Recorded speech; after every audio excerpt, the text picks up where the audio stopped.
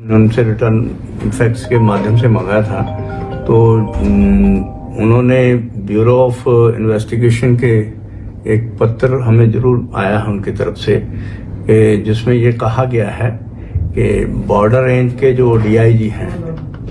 नरेंद्र भार्गव जी, उनकी अध्यक्षता में एक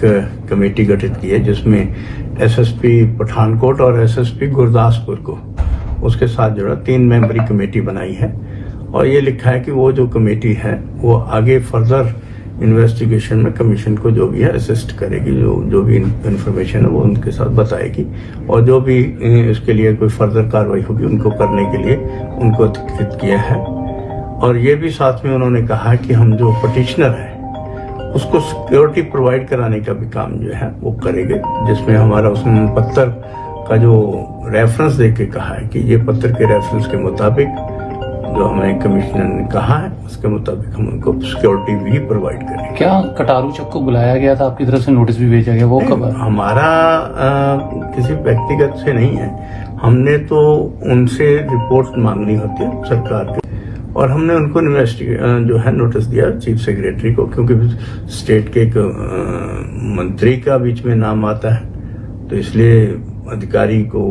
रूप से किसी सीनियर अधिकारी को ही लगाना पड़ता है कि नोटिस देना, और डीजीपी को कहना होता है, क्योंकि कार्रवाई जो लॉ एंड ऑर्डर मेंटेन करना, जो क्राइम के अगेंस्ट कुछ भी कार्रवाई करनी है वो उन्होंने करनी है, और सिक्योरिटी प्रोवाइड भी उन्होंने करवानी है, और उन्होंने जो लिखा है कि सिक्योरिटी भी उनको प्रोवाइड करवानी है। राज्यपाल की तरफ से भी डीजीपी को जो प्रूफ दिए गए थे और बोला गया था, लेकिन लग नहीं रहा कि जो कार्रवाई वो थोड़ी ढीली चल रही है। देखिए, जो उस पत्र में जो रेफरेंस है वो राज्यपाल जी के पत्र का भी जिक्र किया गया है कि उन्होंने भी इसके मामले में जानकारी जो मांगी है, तो मगर ये जो सिट बनाई है उसके लिए इन्वेस्टिगेशन टीम जो बनाई हुई है उसका उन्होंने कहा कि ये कमीशन के हदायत के ऊपर रखी गई है। बाकी जो गवर्नर के लिए उन्होंने क्या जवाब दिया मुझे नहीं पता, उन्होंने क्या मांगा था क्या नहीं मुझे नहीं पता था, इसके बारे में अभी कोई आधिकारिक रूप से मेरे पास कोई जानकारी नहीं, मगर हमने जो कहा था कि किसी के साथ अन्याय ना हो, उनको सिक्योरिटी, क्योंकि उसने कहा था मेरी जान को खतरा है और ऐसा कुछ उनके साथ अन्याय ना हो,